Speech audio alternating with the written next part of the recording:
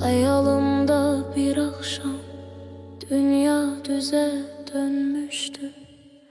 Vicdanlar uyanmıştı, yaxşı pisi gömmüştü. Sanki zaman dayanmıştı. Sesler susup dinmişti. Dünya düze dönsün bir gün,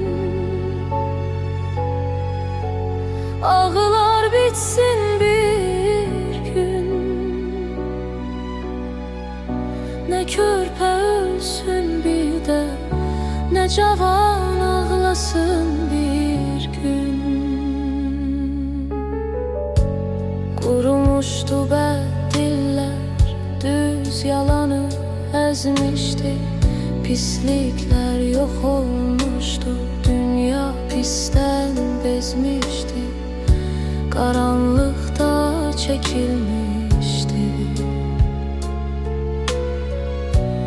Işık her yere düşmüştü. Dünya düze dönsün bir gün, ağrılar bitsin bir gün.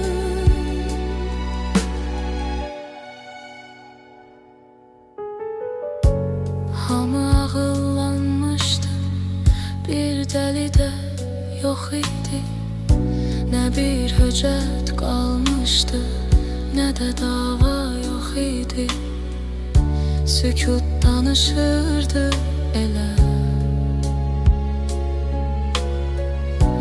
Ürəklər bir-birini bilər. Dünya düze dönsün bir gün, ağrılar bitsin bir gün.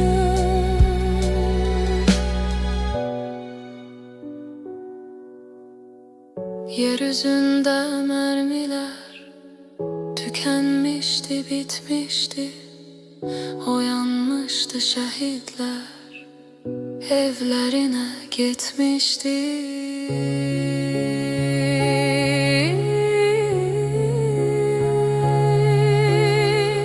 Dünya düze dönsün bir gün, ağrılar bitsin bir gün.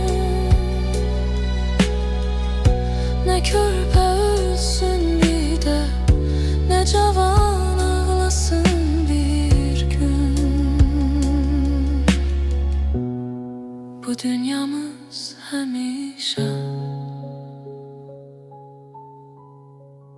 belə gözəl olaydı.